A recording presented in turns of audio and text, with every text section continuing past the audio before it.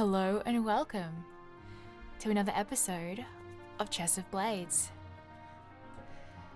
We will be continuing with the Arden route. So let's get started.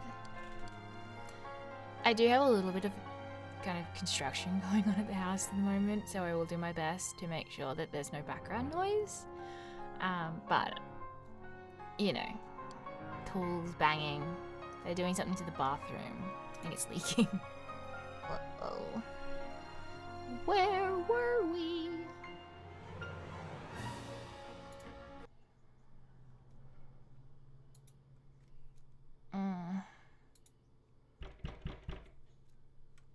What is that inferno noise? Sir? Sir, are you awake?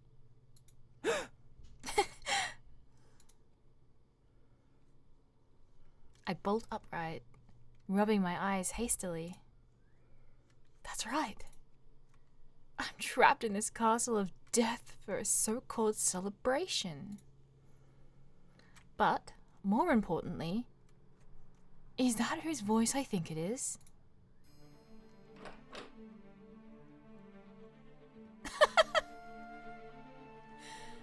I grab a pillow and, from the bed, hold it in front of my legs for modesty's sake. Then storm over to the door to unlock and fling it open. Why don't you just get dressed first? Sir, I apologize for... You damned sorry excuse for a butler, or manservant, or whatever the hell you are.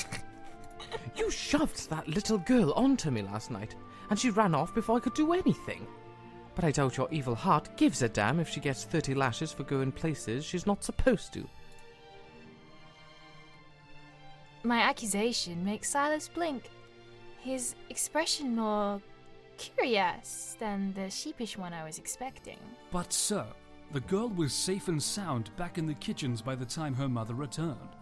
Perhaps she merely wanted a brief glimpse of the splendor, and then went back?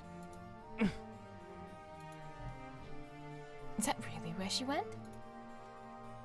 Well, it's not like it's my business. Still, any first-time nanny would feel bad about losing track of their charge. Damn it, I'm a man of noble blood, not a nanny. Well, that's fine then, I suppose. Sorry for yelling at you. Silas offers me a sly smile, shaking his head with a gentle wave of his hand. There is no need to apologize, sir. I stopped by just to inform you that the festival has started. The first day is often the best, they say, and I would not wish for you to miss out.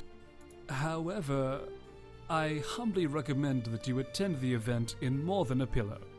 The lady should surely appreciate it, but it would be most cold. I love Silas.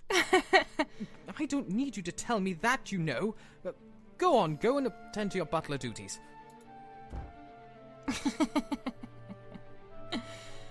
I shoo him off with my non-pillow holding hand, my face burning a little as I slam the door. Damn right the lady. Where was I? My face burning a little as I slam the door and retreat back into my room. Damn right the ladies would appreciate it. Probably that creepy fellow from last night, too. Tossing the pillow aside, I set about dressing myself, muttering all the while. Well, even if there is some kind of foreign death warrant on my head, I'm fairly sure I'm quite safe in broad daylight. But what if that's what they want me to think? What if broad daylight is actually when I'm in the most danger? An assassin could blend into the crowd easily. No, perhaps I'm getting a little paranoid. I just have to become one with my xenophobia and stay away from anyone with an accent or unusual features. That should do the trick. Wow. Wow.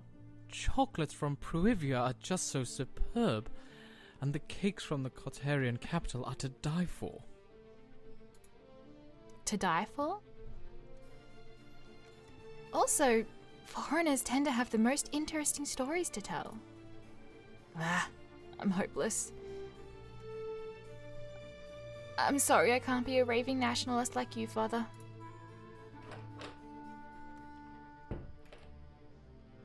After I finish getting ready, I head back over to the door and slip out into the hallway.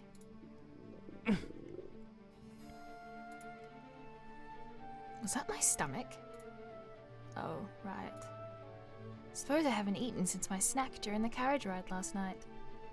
Well, I'm sure they have food in the festival stalls.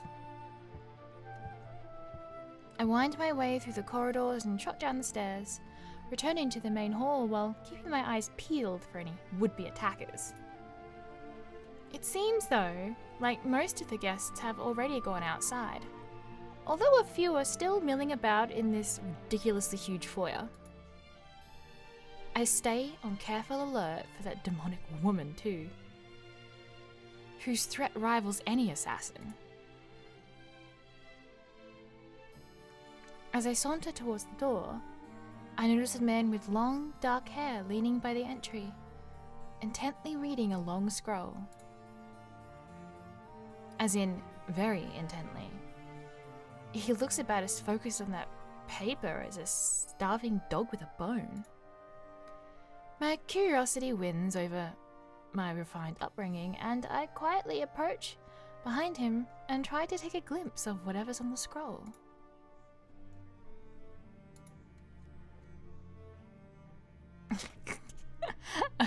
I love his posture. He's just got that, like, shoulders back, chin up, eyes down. He is judging. Before I can so much as catch a word, he abruptly spins to face me. A pair of hawk-like eyes behind angular glasses flick down to bear holes through my face. I was just going to pick some lint off your shoulder, you see. Is that so?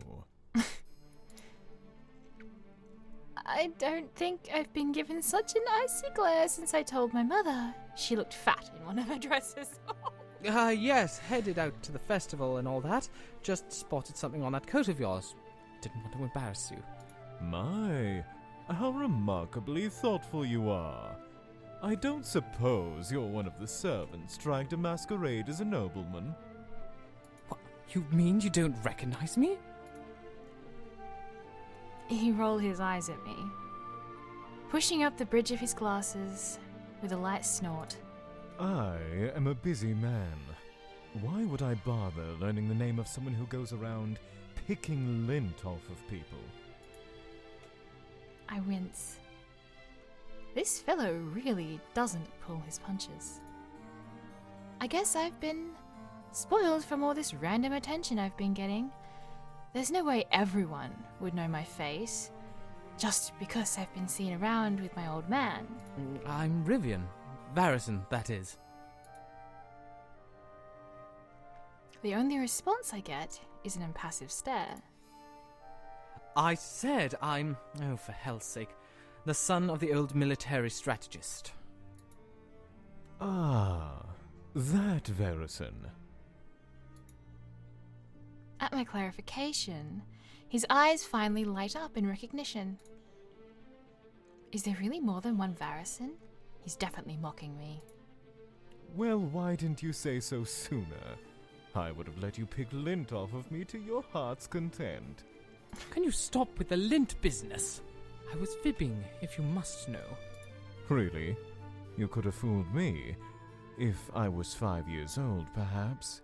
However, regardless of how pitiful a liar you may be, His Majesty informed me to thank you for your attendance at the festivities and sends your father his regards. His Majesty? Wait, the king told you that directly? Of course. You seem surprised that the Grand Inquisitor would have contact with his employer. I blink. What is the Inquisitor, the head of domestic investigations, doing at a royal celebration? I know what your unsophisticated mind is thinking. Why is the head of domestic investigations at a royal celebration? Well, my occupation requires me to be present at such important events. Well, I can see how he got his job. Now that I think about it, though, haven't I heard of this man before? What was his name again? I remember. Oh, I can't recall it. Then I, man, just don't know. Damn, I can't remember it for the life of me. Something that started with an L, I think? He gives me a vitriolic look when I remain awkwardly silent, as if I'd committed some unspeakable crime by not committing his name to memory. I am called Linnaeus. Perhaps you should write it down a few times so you don't forget. Assuming you are literate, that is. Gods, talk about unpleasant. Did snooping over his shoulder really warrant this kind of treatment? Clearly, the king tolerates him for his qualities over his horrible personality. Just out of curiosity, did His Majesty tell you to thank every guest like that, or just me? His nose wrinkles disparagingly at my question, upper lip curling, no doubt in preparation to offer some kind of caustic response. Many guests are given honorific greetings, but for some unfathomable reason, he asked me specifically to address you. He sounds slightly confused, which is, admittedly, understandable. I see. For some reason, a strange sense of apprehension flits over me. The king singled out the Grand Inquisitor, one of his highest-ranking men, to talk to me. Beyond that, he investigates domestic affairs. That means if something fishy is going on related to the king or his court, this ponytailed hellbeast is on the hunt.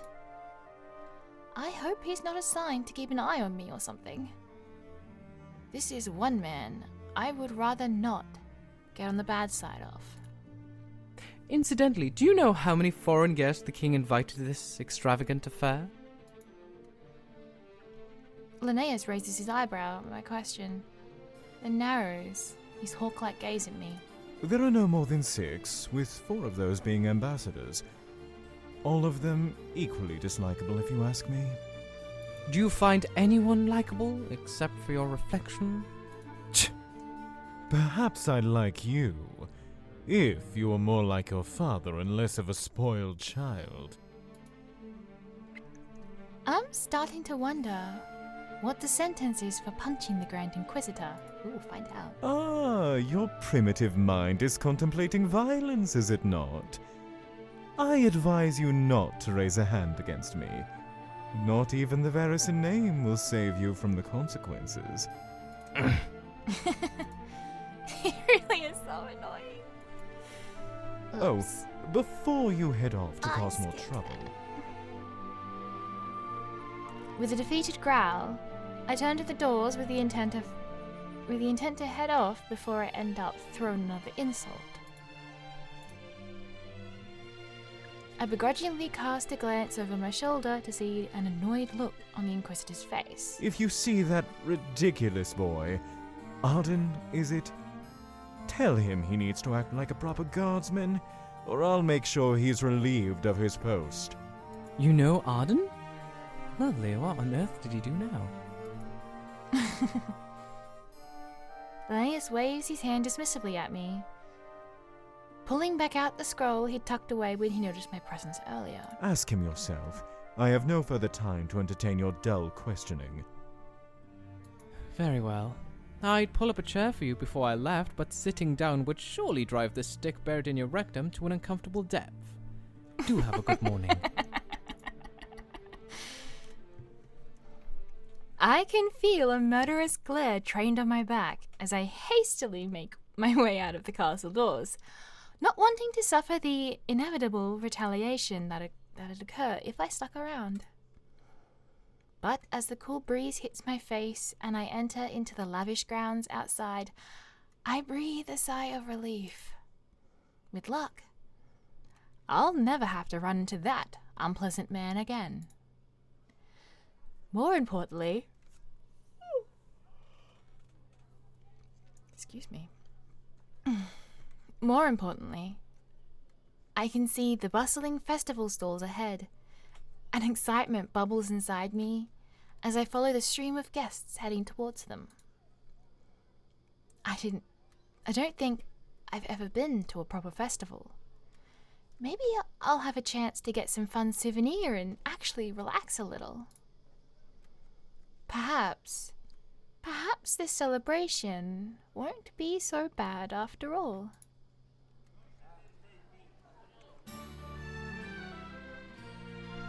What a sight indeed. For a market set up just for this occasion, I find myself awed by the beauty and size of it. Rows upon rows of vendors, probably common folk dressed up in fancier clothes by His Majesty's order, sing and cajole to sell their wares.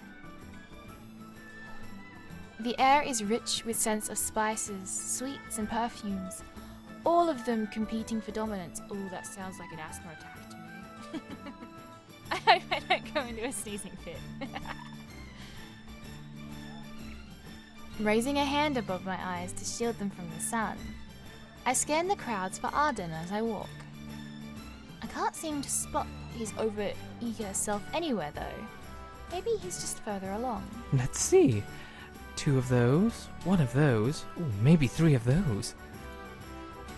Stopping at an exotic cart that sells food from a place I can't pronounce, I pick an array of things to serve as my breakfast.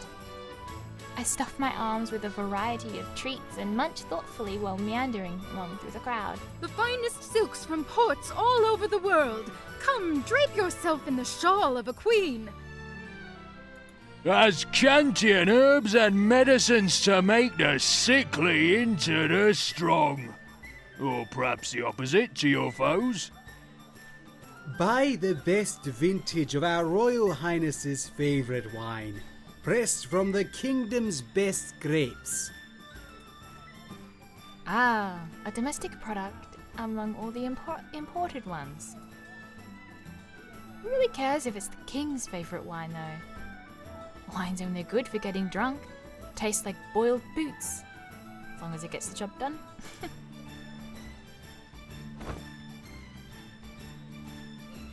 As I head through the streets, someone suddenly bumps up against my side.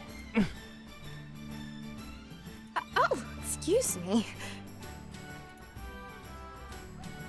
A delicate female voice comes from beside me, and I quickly turn to see a pretty girl curtsying apologetically. I beg your pardon, sir. It's very hard walking in these shoes all day, and I'm starting to get a bit wobbly. I glance down at her shoes. Ouch. Those heels are razor thin and obscenely tall. Poor woman. I should be the one to apologize. I suppose I'm rather spoiled, getting to plod around in these comfy boots all day. A happy grin spreads on the woman's lips at my remark. I can tell from her fine clothes and mannerisms that she's one of the king's guests, not someone here to sell wares. I'll keep a better eye on where I'm going next time. Oh, by the way, I'm looking for someone. I wonder if you might have seen him. What a twist of fate. I'm looking for someone too. What's yours look like? Let's see, he's an older gentleman with a red coat and a rather round nose and a little on the larger side. I pause thoughtfully, racking my mind for a similar image to what she's describing. I come up with a Blake, however, and regretfully shake my head. I'm afraid not.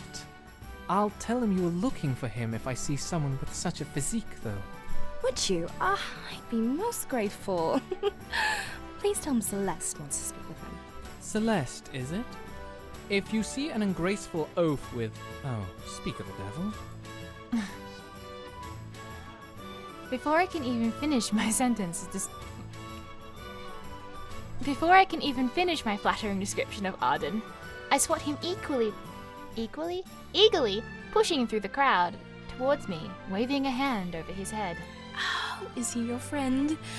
He's quite handsome. She giggles coyly, giving Arden quite the intense once-over as he approaches us, out of breath. Rivian! I knew you'd come out of hiding sooner or later. He doesn't even seem to notice Celeste at first. But when I pointedly nudge my chin slightly in her direction, Arden glances down towards the girl. Well, please excuse me. I need to go find Papa before he gets swindled by too many merchants. Perhaps I'll see you tonight, Rivian. Despite addressing her words to me, she's clearly eyeing Arden as she drops in another cute curtsy, gracefully slipping back into the crowd. Papa, huh? Wonder if she means her real father or a thirsty widower she's ensnared between her thighs. Cute girl. Are you two friends? We literally just met about 2 minutes ago, Arden. I was actually looking for you, though. I trailed off, figuring it's probably best not to add as a meat shield against my assassins. Unsurprisingly, Arden's eyes light up. If I didn't bear a grudge against him, I'd find it rather cute. Look, we're blocking traffic. Come on. I push his shoulder forward with one hand, steering him along as we stroll forward past the stalls. Your face looks a little strained, Riv. Is something bothering you? Did you buy spoiled food off one of the merchants by accident? I hesitate, casting an uncertain glance over at Arden's curious expression. Fran's words from last night are still lurking in the back of my mind, and sharing them with someone would certainly make me feel a little more at ease. However, it's been 4 years since I last saw Arden. For all I know, he could have gotten even worse at keeping his mouth shut than he already was. No, don't worry about it. There was something I did want to ask you, though. What did you do to upset the Grand Inquisitor? I don't think I've ever met a more unpleasant man in my life.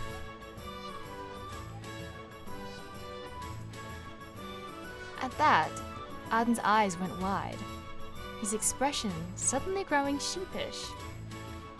Oh, him? He's even worse than you are, Riv. I thought he was going to chop my head off just for leaving my room at night. What? You mean guests aren't allowed to leave their rooms?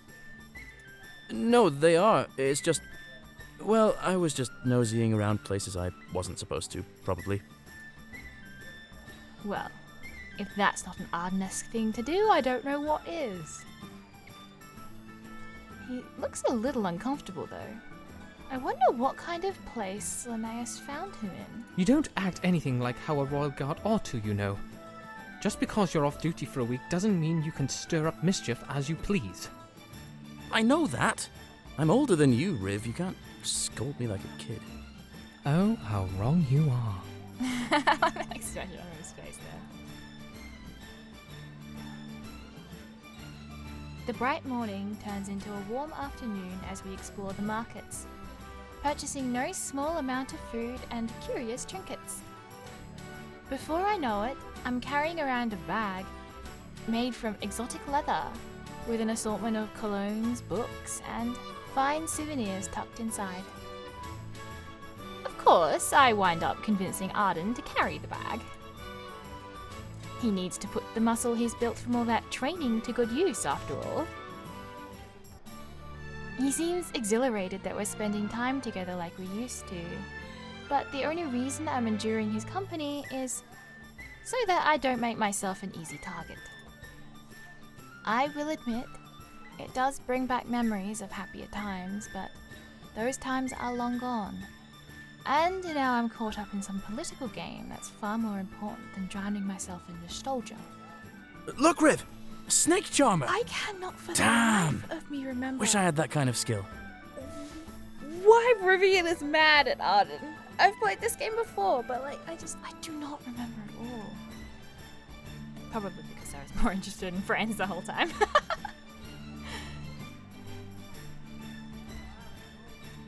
Arden's excited voice beside me directs my attention to a man seated on a carpet nearby, surrounded by a thick circle of murmuring admirers. Let's go watch him. I bet your legs are getting... Excuse me. Just because I'm not a royal guardsman doesn't mean I'm out of shape. Oopsie. Despite my protest, I let Arden tug me over to the snake charmer, and we push our way into the audience to get a better view. Oh, vacuums just started. Oh dear. Recording at home is quite a challenge. There's always some kind of background noise. Hopefully, I can get rid of it. The sound of the strange flute-like instrument he's playing seems to make the serpent before him sway and shift, its leathery body raising to a somewhat disconcerting height. I watch for a little while, but boredom soon overcomes me, and I turn to search for Arden and drag him off. Arden? It seems you're still a little careless about leaving your back exposed. Someone suddenly presses against me from behind, and a low chuckle echoes in my ear. A familiar, sensual voice. The rough grasp of large hands on my shoulders. This is... God, What the hell are you? Oh, that's rather cold, isn't it? I've been keeping an eye on you. Let's just say that much. I keep accidentally skipping things. Stalking more victims. He's so gorgeous. I love him so much. These words alone are more than a little unnerving. Who is this man? If you want a few more details, you'll have to leave your friend behind for a few moments. But the choice is yours, little kitten. Little kitten.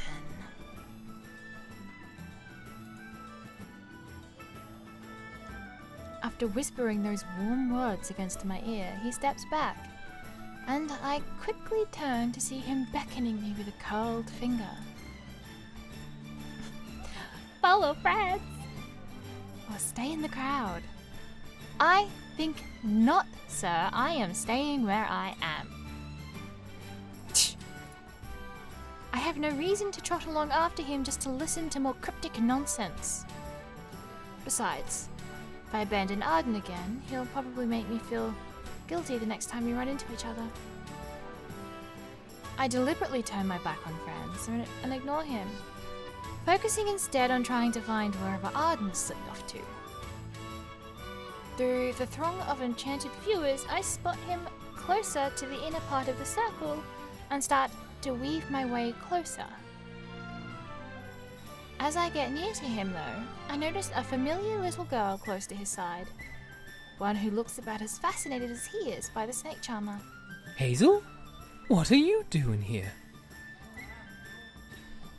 Oh, you're the nice gentleman from yesterday.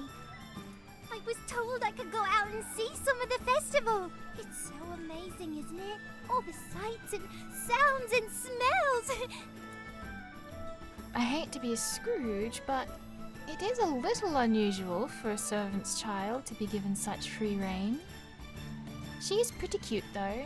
I'd be willing to bet she has Silas trained with those puppy dog eyes, and he lets her do whatever she wants. Probably covers for her if she gets in trouble, too. Well, make sure you don't eat too much candy or you'll get a stomachache. I should know that happened to me all the time when I was your age. Arden turns around when he hears us talking, his surprised gaze flickering from me to Hazel. Oh, hello there, little miss. I've seen you around before, haven't I? Maybe. Mummy and I back in the capital's castle, but I run around the main halls all the time. And get into lots of mischief, hmm? Look, you already found something in common. I can tell you'd be great friends. Hazel laughs, beaming brightly up at me. That reminds me, where did you sneak off to yesterday? You shouldn't do things like that, you know. Her expression falls slightly at my words, eyes flicking down to the ground a little guiltily. A moment later, though, she quickly brightens up again, giving me a mischievous grin. It's a secret! I'm really sorry, though. I got too excited. You forgive me, right? I can't help but raise an eyebrow dubiously at her reply, but doesn't seem like anything worth being bothered by. Besides, if anyone's to blame, it's Silas for pawning her off on me in the first place. Oh, this is the little girl you were looking for last night? Well, you can't be too mad at her, Rivian. I know firsthand how boring it can be standing around in castles all day. No one asked for your opinion, Arden. However, all is forgiven. Just make sure you're careful if you run off again, since there are some unsavory types attending these festivities. Franz's face comes to mind, and I inadvertently shiver. Yes, Mr. Rivian. Thank you. She giggles happily and runs forward to give my waist a little hug, then slips past me. I turn slightly to catch a glimpse of her skipping onto the street, looking about as carefree as any child can be. You've already met a lot of people, haven't you, Riv? You used to hate socializing when we were little. Make no mistake, I still hate it. Unfortunately, socializing is rather hard to avoid when you're at a socializing event. Baffling, isn't it?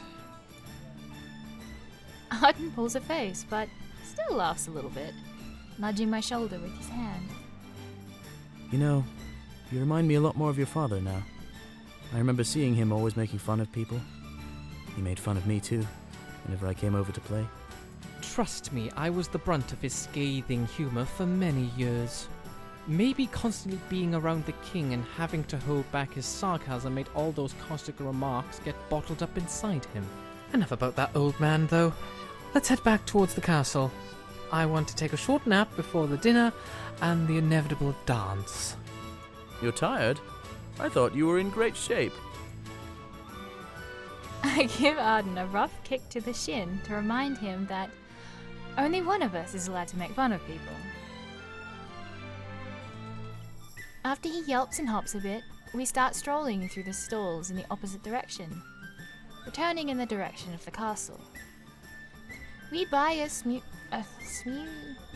few small things along the way, and I manage to get my hands on a rather nice emerald-studded brooch from my mother.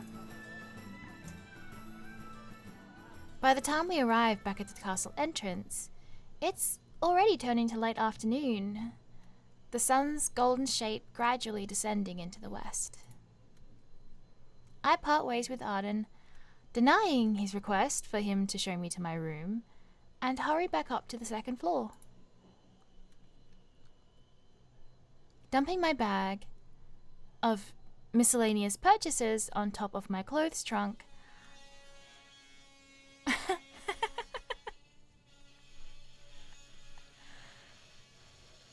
oh dear. I pull off my boots and throw myself onto the luxurious bed with a soft groan. Despite how tired I am from all the walking around, a strange tension won't leave my body.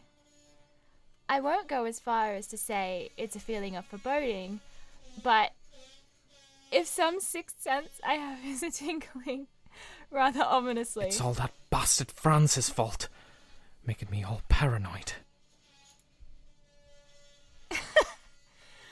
And this episode, it's